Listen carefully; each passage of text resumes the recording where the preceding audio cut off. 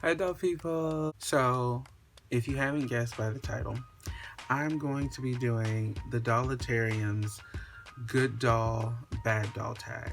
I'm actually really happy to be doing this tag because I haven't done a tag in such a long time. And in the words of the Dollitarium, it's time for me to catch up mustard.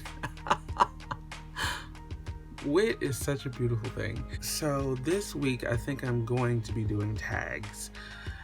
And I'm also going to be taking some time and writing more in my journal. The first part of the tag, she asks you, what doll from your childhood did you have and you would like to get back? So you no longer have this doll anymore and you had it as a child and you would like to get it back, and its impact that it had on you. Or if you didn't have the doll and you would like to get it back, what doll is it and the impact that that had on you? So so I've actually got two stories, and they're very impactful. Very impactful. They both happened while I was pretty young and still very impressionable. So, and the feelings from these two stories has a lot to do with me as a doll person now. Okay, so there was this doll. Okay, wait, let me give you context. It's good, I promise. Let me give you context. I want to say about 5 years old. Yeah, I was definitely 5. I was 5 years old, and my grandmother had this habit, a beautiful habit, that she would roll her hair up in hair rollers. And before she would go to church, like in the morning when she was getting ready, after she got dressed, she would take the hair rollers out and she would take a pick and pick her hair out. So it would be like this really nice big, not necessarily an afro. It was just kind of like very big hair, very curly, very wavy. It was so beautiful. So this particular morning, it was a Sunday morning, we were on our way to church. I was all dressed up. My mother was cooking, and my grandmother was sitting in her recliner chair in the living room, and she called me and told me to go get her vanity. She had like a little portable white vanity that was essentially a triangle with a mirror in the middle of it, and then when it opened up, it had the lights. She would use this vanity to do her hair sitting in her chair because it was difficult for her to stand up for very long. She sends me to go get this vanity, and she tells me it's in the bottom drawer on the right side of the desk in her room. And I'm like, okay, fine. So I'm 5, I'm doing what I'm told. I go in the room and I open the bottom drawer and I see her vanity. I pick up her vanity. But the moment I picked up her vanity, it was like time had stopped. Because amongst all of her like papers and shit, like I low-key think my grandmother might have been a hoarder, I seen a box. And I didn't even see the entirety of this box. I only seen like a little sliver of the bottom of the box. But what I seen was Mattel.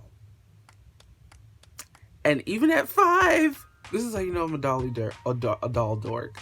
Even at 5, whenever I seen that red like sun and it said Mattel in the middle, I immediately knew doll. Like, even to this day, every time I see. Anyway, so my brain was like a dog with a chew toy. It was like doll. So here I have her vanity in my hand, and I'm supposed to be like leaving the room, taking her vanity. And what shakes me out of this kind of like haze is her like yelling through the house. She's like, Josh, bring me the mirror. Oh my God, what's taking so long? So I close the drawer and I take her vanity. And then I lie and go, oh, I need to go to the bathroom. Naturally, I ran right back to the fucking room and I yank open this drawer and I scramble and I get this box. It wasn't a big box. It was a very small box. and it was a Kelly doll. And it wasn't just any Kelly doll. It was an African Kelly doll. She was dressed in like orange, like the traditional orange colors. Very much like this, as a matter of fact. Yeah, it was like these colors, but lots of browns in it. And I think some blacks. Like some black colors and hues and stuff was in there too. And she was a Kelly doll, and I just thought she was the most beautiful little tiny black doll I'd ever seen. And I probably was right at that point, me being 5. So naturally, I had to liberate her from her confines. I took her out of that fucking box. My grandmother, she was a crafty woman, but she didn't craft for dolls she bought in boxes. She crafted for dolls that she found at thrift stores and flea markets. She was very much like the rescuer of these old abandoned dolls and stuff, which is where I get most of my love of rescuing a doll from. But the dolls she bought in box usually stayed in box. She did unbox them over time, or, you know, if she wanted to gift somebody something, she would just go and, you know, dig a Barbie out of her closet, and that would be the gift. She wouldn't have to go to the store, which is actually a good idea. I don't know what the purpose of her buying this Kelly doll was, but I did know that if it was in a box, she wanted it to stay in the box. I didn't give a damn. I opened her and I played with her, but I got caught. It didn't even go on for a day. I got caught the same day because my grandmother was like, why is Josh just like constantly going back into my room? Because I was playing with the doll. So she caught me and she was very disappointed. I got chastised and she took the doll away. She made it known that I wasn't in trouble for having the doll. I was in trouble for stealing and, you know, opening someone else's things. That's wrong. So she took it away, and I don't know what happened to that doll. I don't know what happened to that doll, but I feel like I've been on a constant search for that Kelly doll. I don't know her name. I was 5. I couldn't read. I couldn't read, but I recognized Mattel. You see what I'm saying? The reason why that was so impactful was because there's this surge of excitement and just pure fucking joy finding that doll and being sucked in by all of her beauty and just enjoying her as a doll. I've felt that forever. I still feel that. Like, that's how I know I love a doll. That's how I know that's a doll that I have to have. It's a feeling in here. It's like giddiness, excitement. I can't wait to get my hands on it. Like, as an adult, I have restraint now. But as a kid, fuck waiting until I got home. Like, I used to get yelled at all the time because mom would be like, wait until you get home. Don't open it in the car. I think that's the very, very earliest memory I have of being that genuinely ecstatic about a doll. The second story is similar to this story in the way that I met the doll. My grandmother, like I said, she had a serious habit of buying dolls off season, and she would store them in closets and under beds and behind dressers and stuff. And then when she got ready to gift somebody something, or it was time for Christmas and things were too expensive around the Christmas season, she wouldn't have to shop. She would just pull it out of the closet, wrap it, give it to the person, which again is a really good fucking idea. Why am I not doing that? So she sent me to her closet again. This is years later. I think I'm probably about 9 or 10 years old at this point. So years later, and she's living in a different apartment, and she sends me to her closet to retrieve some yarn because my grandmother was an avid crocheter. She sent me to go get a couple of skeins of this yarn, and I was just going to get the same I was going to match a skein of yarn. She gave me a skein and said, go get this out of my closet. So I was going to get the yarn. And so I go upstairs and I go in a room and I go in the closet and I'm looking for this fucking yarn. And this is the thing. Now that as an adult, I'm realizing why she had so much yarn. You do need a lot of yarn. If you're gonna be like making clothes for bigger people, it takes more yarn, you know, that whole thing. But oh my god, as a 9-year-old, I'm just like, why the fuck does she have like 60 million skeins of the same damn yarn? I get it now, because my yarn collection is kind of doing that. So I'm in the closet pouting, just generally being a little shit, because I don't want to do this. I really don't. Like, I was in the middle of watching Yu-Gi-Oh! And she fucking up my, you know? So I'm in the closet with a skein of yarn, and I'm, like, going through all of, you know, her shit, probably fucking things up. And I do find the skein of yarn, and I remove it from the pile of all this other yarn that she had. And some of the yarn naturally fell down. And, again, I seen that fucking Mattel label. And again, my brain was like, doll. Like, so, again, she calls me, Josh, oh my god, it's to the left of the closet, come on, it's like right in your face, you know, that whole thing. So I grab the yarn, run downstairs, and I give her the yarn that I was sent to retrieve. I lie and say I've gotta use the bathroom, run back upstairs, grab this doll, and at this point I actually make it an account to go to the bathroom. I grab this box, I go to the bathroom, I lock the bathroom door, and I'm in the bathroom with this box. I turn the box around, and it is this beautiful black Barbie doll. And the box was kind of slender, so I wasn't expecting much, but I did know I wanted to see what was in the box. And exuding from this box was the beautiful scent of cocoa butter.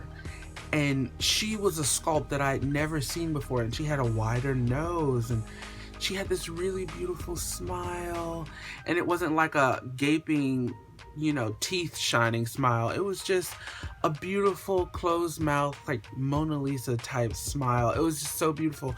And she had, I want to say, darkest brown hair. And her bikini, she was a bikini Barbie.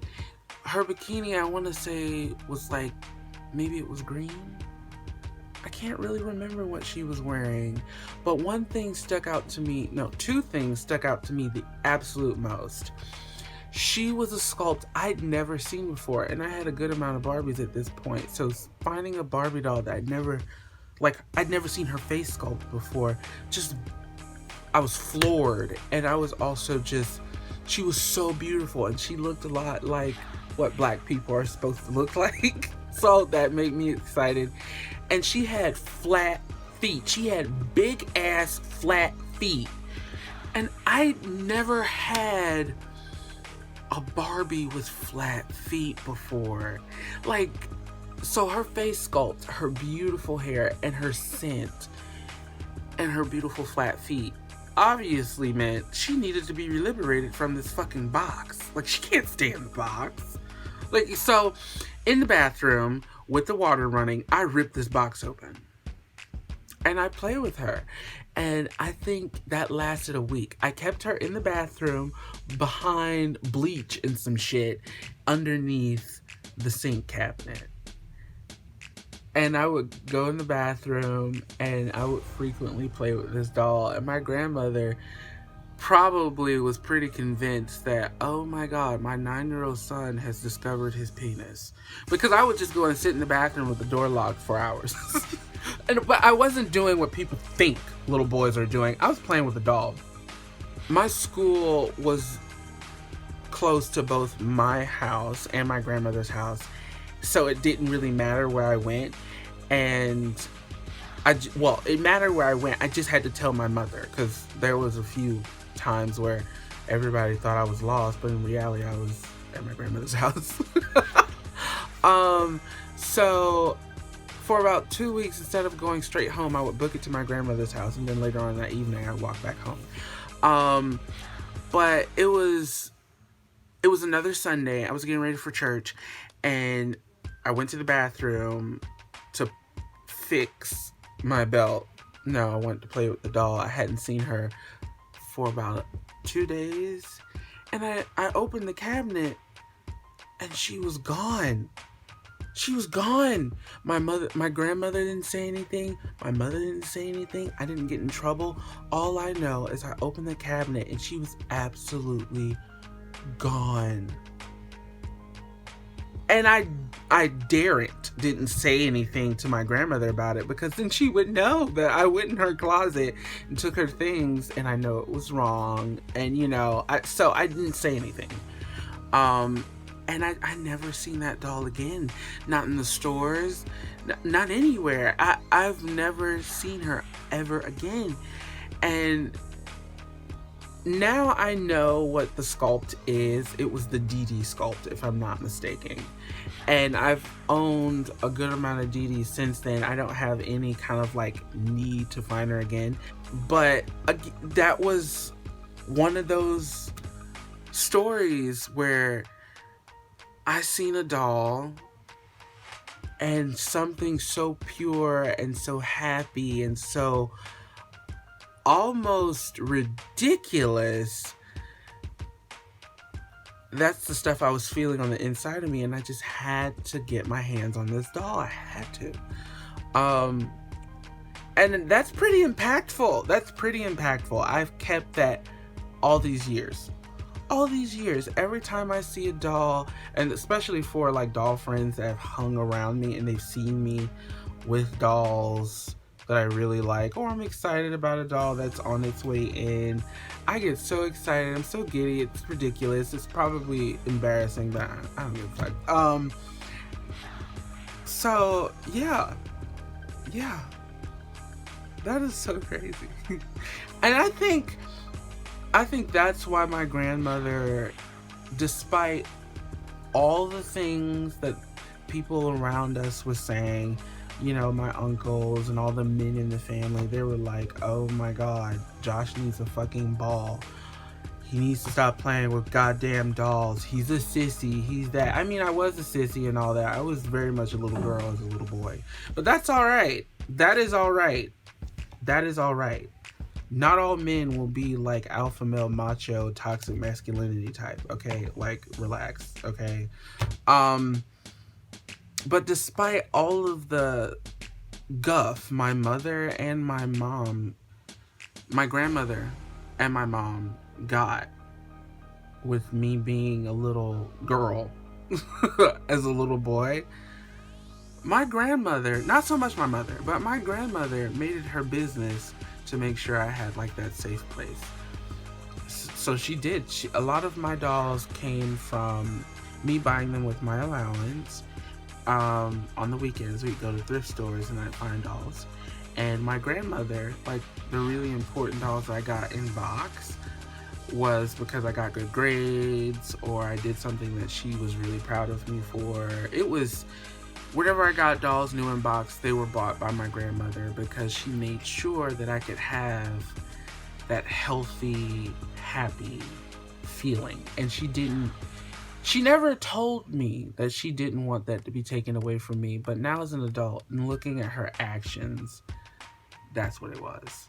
And I really appreciate that because she shielded me from all the bullshit that I would later realize as a teenager and stuff. Because she shielded me from all that, I've been able to keep that really pure feeling, and it feels amazing. And I wish she was alive so that I could tell her how much that means to me. I really do. Yeah. I feel like that was one of her greatest gifts to me, protecting me from the fucking world.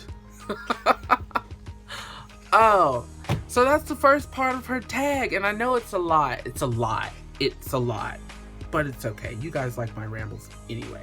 The second part of the Dollitarium's good doll, bad doll tag, she wanted all of us to mention the dolls that we didn't like and why? I'm honestly finding that to be difficult, mainly because I'm a doll dork. There are so many dolls that I just adore. And my collection right now, as it stands right now, looks very different than it did last year, 2 years ago, definitely 5 years ago. It looks very different. I allow myself to change, so naturally I allow my collection to change. And my collection right now is happy. My collection is cute. My collection is comfortable and stressless. And I find that my collection is all that I need it to be at a given time. So it's very much like clay. I mold it to fit my life at the time. I say all that to say, I own dolls right now that at one point I actually thought were batshit ugly. So it's difficult for me to say I don't like a doll, because give it some time and I might. It happens. It happens. Like, one of the dolls that I actually really didn't like 2006 or so, I discovered Blythe dolls. And I discovered Blythe dolls because I came across one, and here I am now shooting myself in the fucking foot. I was at the flea market, and I was rummaging through boxes looking for Barbies. No, that's a lie. I was actually looking for Skipper, because I spoke to the woman, and the woman said, oh, you remember? I was on first name basis with the woman, and she was like, oh, there's a few Skipper dolls in this box over here, because I know you've been looking for Skipper. So I'm rummaging through the box looking for Skipper. There were no Skippers. And when I thought I found a Skipper, it was a Takara body. And attached to that Takara body was probably more than likely an original Blythe. A Kenner Blythe. And she was ugly as fuck to me. Like, she was janky. Her hair was a rat's nest. And she was dirty as hell. And I thought she was downright fucking scary. And I kept that feeling for a long time. I want to say, like, I knew of Blythe because I remember when I showed her to the lady, I was like, what fucking doll is this? And she was like, oh, it's a Blythe doll, and she gave me the whole spiel about them kind of falling from grace because kids were being scared of them. And I looked at it and thought, I totally fucking get it. Like, anyway, I threw her back in the box and I walked away from the box. I didn't find any Skippers, but I say that to say, like, I thought Blythe dolls were so ugly. So very ugly. For years, even after I had gotten into BJDs in 2008, I still thought Blythe dolls were ugly as fuck. I loved Pulip, but I thought Blythe dolls were ugly. And it wasn't until much later, I want to say maybe 2014, that I handled a Blythe doll that was a Takara Blythe doll, and she had been customized. And that's when I said, okay, I get it. I get it. I get it. So yeah. So it's difficult for me to say that I don't like a doll, because I own dolls now that I really like. If I could go back in time and tell myself, you're gonna like this doll, myself then would be like, girl, mine. No. So yeah, like, I own Blythe dolls now. I used to really be afraid of porcelain dolls. Not afraid like I'm scared, but afraid like they were too realistic for what I could appreciate at the age that I was being, like, immersed into the world of porcelain dolls. But now here I am as a proud BJD collector, and I have other fine art dolls that are more on the realistic side.